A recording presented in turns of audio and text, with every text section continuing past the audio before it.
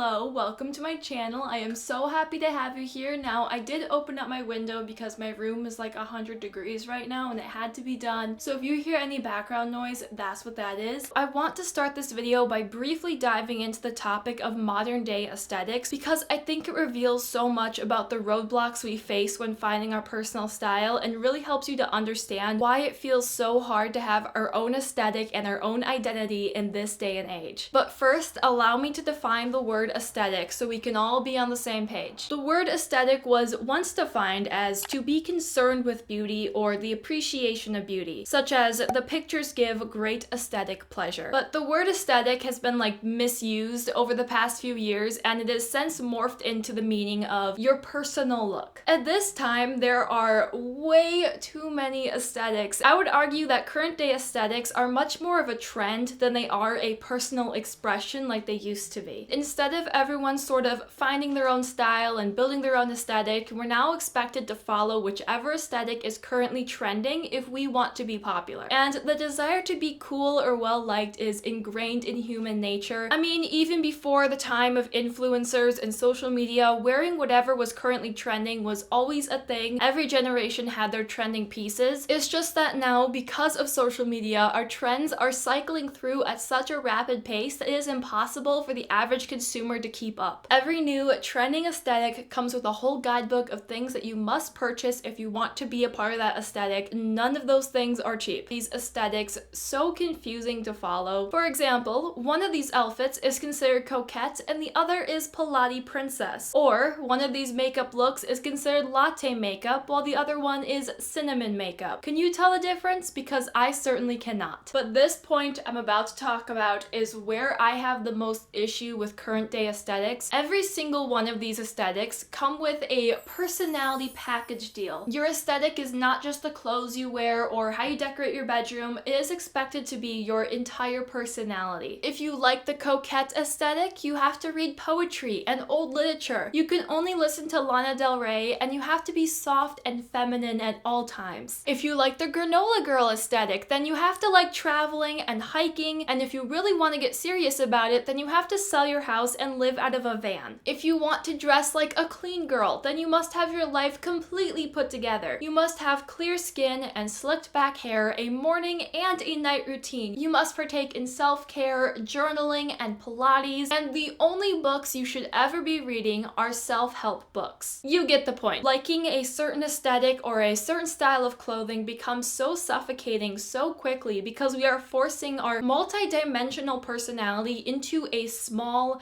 brand-like box. That is not at all how this is supposed to work. I think it's why we all change aesthetics so rapidly, because we get tired of living inside of this tiny manufactured box day in and day out. I mean, I absolutely adore Lana Del Rey's music, but if she was the only singer I could listen to, I would get tired of her music so fast. Throughout the past month or so, I went on a bit of a journey to break through all of these manufactured aesthetics and find my own core style. I am very happy to report to you that I have officially found my style, so allow me to share with you a couple of the things that helped me to find my own unique, authentic style. First things first, you're gonna start with a bit of a detox from social media.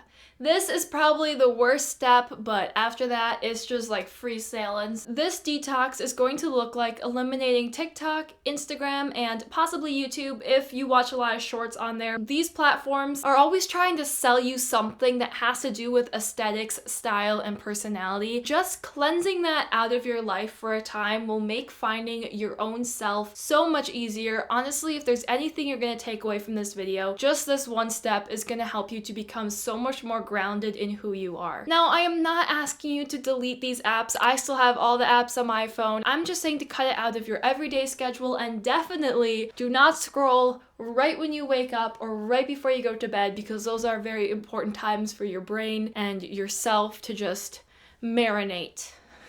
And when you are scrolling on these platforms, just remember that you can kind of train the algorithm. If you're seeing a lot of videos that are trying to sell you certain aesthetics, or if you feel like they're making you question your style or yourself in a negative way, then you can just scroll past them really fast. The algorithm will get the memo, or often there is the I'm not interested button, so make use of either of those to kind of teach the algorithm that you don't want to see that kind of content. You know, be conscious of what you're consuming because it really does impact your brain. Now that we have officially eliminated any outside influences, it is time to go back to your roots. So picture your childhood when you first started building your personality. There probably is scientifically an actual age where this happens, but I would guess about 8 or 9 is kind of when you start building your core personality. Your likes and dislikes of certain colors and styles are starting to be formed. Take some time to think about your childhood favorites in terms of books, movies, music, TV shows, and then think about what things really stood out to you in these entertainment sources. Why did you like them so much? Are there any factors that all of them have in common, or is there anything you remember really sticking with you that you maybe even carry to this day? Also take some time to look at your current favorite books, movies, TV shows, and music, and really pay attention to what piques your interest, not just clothing wise, but also pay attention to the environment, the weather, the lighting, the accessories, the emotion, the words. There are so many more factors than just the clothing or the decor that can really give you a clue to what your style is. Keep a list or take pictures of the things that really stand out to you. This exercise helped me so much to understand my likes and dislikes and to really build that foundation of my style. I do recommend that you refrain from purchasing any new clothing until you are really certain about what kind of style you want to wear. However,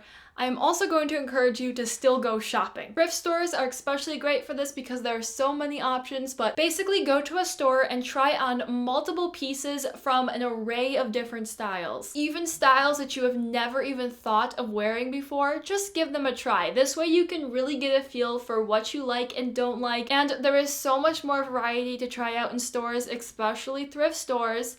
I just really like thrift stores, than the closet in your own home. Because how do you know that you can't embody a bit of a goth or a bit of a hippie look if you don't try those pieces on? Over the next month or so, I want you to keep a mental or a digital documentation of any time you think one of your outfits look nice, or if you see something you really like in your day-to-day life, such as a bit of scenery, the spread of your next meal, or a cute road sign, or whatever it is that piques your interest and really draws your eyes to it. Remember that or take a picture of it. It's like that belief or saying that if you focus on the good will become abundantly clear. So similarly, if you focus on the things that you're naturally kind of drawn to, then your style will become much more clear. Now, this could be a biased tip because I am a big fan, but I recommend that you scroll Pinterest a bit. Maybe even start with a new account if you feel the need for a fresh start or a new algorithm. Pinterest was a great place for me to really visualize what I wanted my dream style to really look like. And I highly recommend that you give the app a scroll if you're feeling a bit lost in this whole journey. There are so many outfit ideas or nuggets of aesthetic photos that you can kind of cultivate your style off of, and none of it feels like it's getting shoved down your throat. You can really just pick and choose what you want. Lastly, and most importantly, this is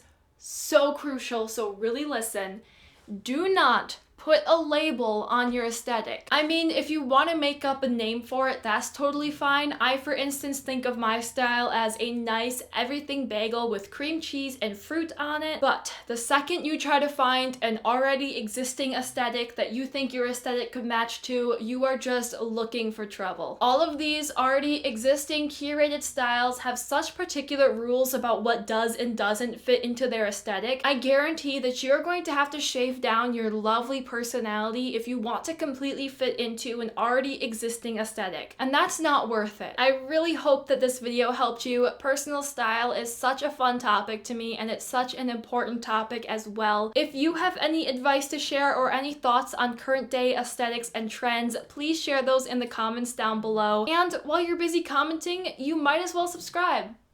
Might as well. Oh, also you can like the video too. Thank you so much for supporting me and watching this video all the way through. I really appreciate it, and that's it. Bye!